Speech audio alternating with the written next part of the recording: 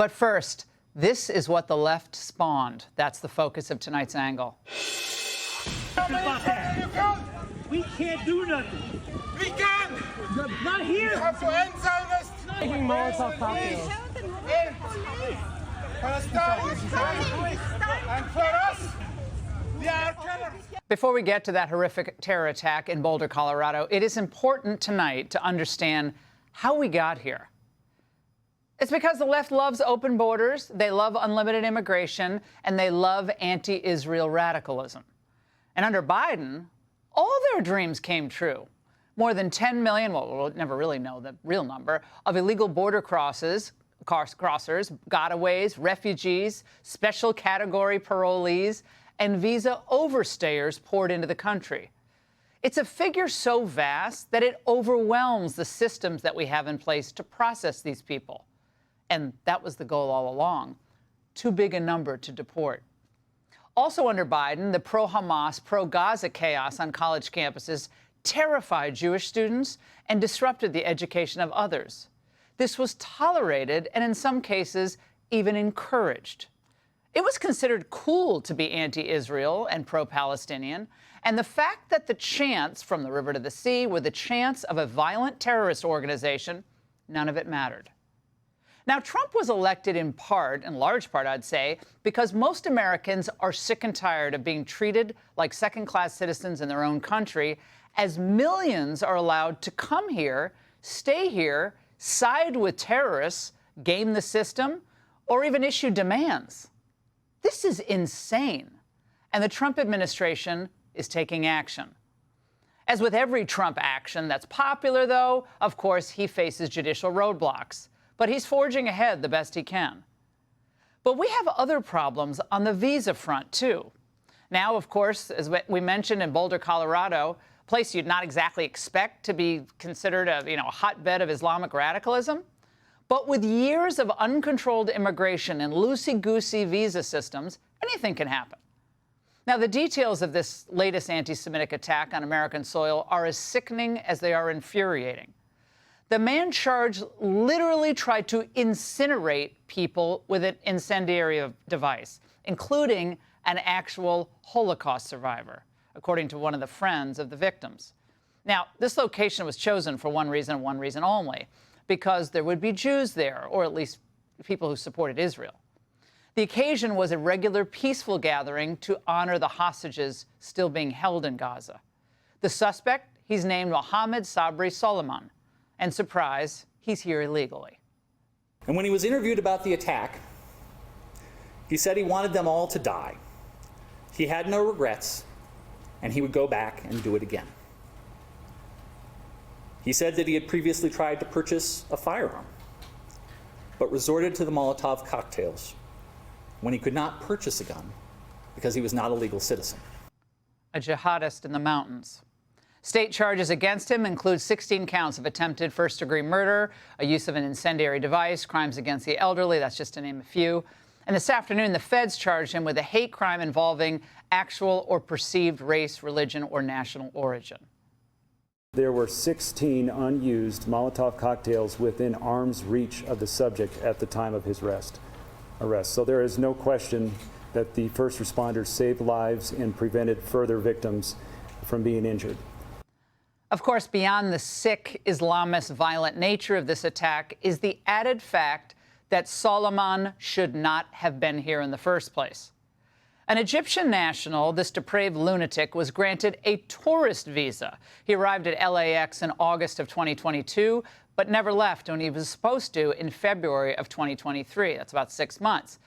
He even filed a claim for asylum in late September of 2022, another scam. And somehow, with an expired visa, he was still allowed to get work authorization in the United States. What? Yeah, USCIS gave him permission to work here. So think about that, rewarding someone who couldn't be bothered to follow our rules as a guest in our country with work permit. Now, that was a grave mistake and should never have been allowed. He's apparently been driving an Uber. How reassuring for all you ride sharers. Now, according to DHS, there was more than 500,000 suspected visa overstays at the end of fiscal year 2023. But of course, at this point, that number could be much higher. I can't imagine it's not. We had better get a handle on this and take action. On the campaign trail, President Trump was cheered most enthusiastically when he promised to carry out mass deportations. I was at those rallies. And of course, again, he has activist judges to deal with. And he needs more money from Congress and the manpower to carry out these deportations. But each and every one of the millions of foreigners who are here without authorization, either because they crossed the border illegally or failed to follow the clear provisions of their visas, should leave or immediately be deported. Republicans in Congress, senators looking over the big, beautiful bill, should make sure that there are adequate funds to carry out the basic mission of government, to keep our country safe, to enforce our laws. I was thinking about this. I was watching that, capturing bin Laden thing on Netflix, and I was thinking, gosh, it's been 26 years almost since 9/11. And that was the worst attack on American soil. But this was carried out in part by hijackers who were on expired visas, including Mohammed Atta, the ringleader, who, by the way, was also an Egyptian.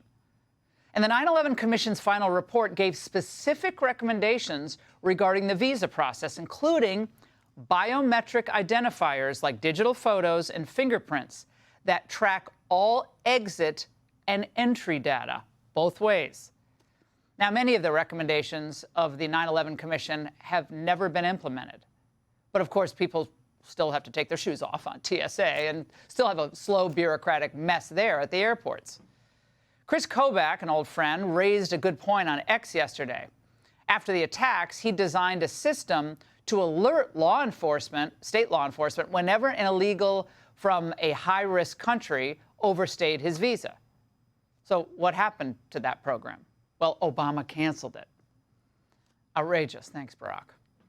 Now, this is completely unacceptable, and now it's turned deadly. Along with the normalization of anti-Jewish hate, the festering sores that we've seen on college campuses, this is the backdrop. Just a few weeks ago here in D.C., we were reporting on the young couple gunned down at the hands of another pro-Palestinian radical who thought he was doing the world a favor.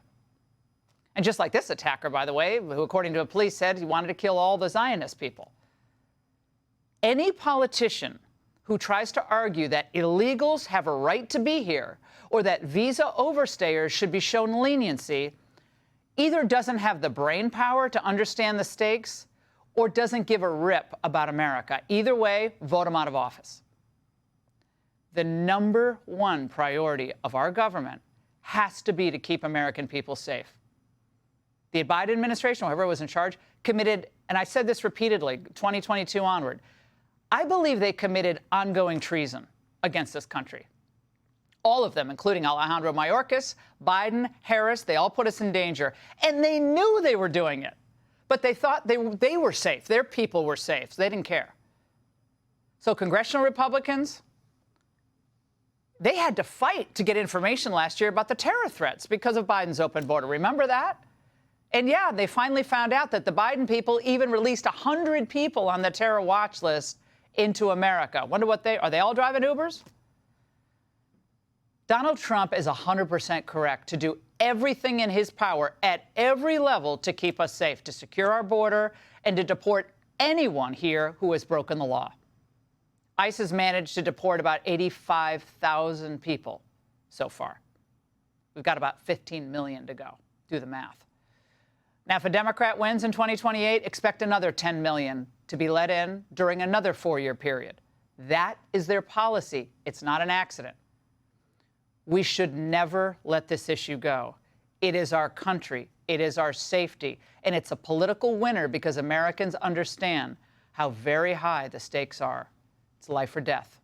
And that's the angle. Hey, Sean Hannity here. Hey, click here to subscribe to Fox News YouTube page and catch our hottest interviews and most compelling analysis. You will not get it anywhere else.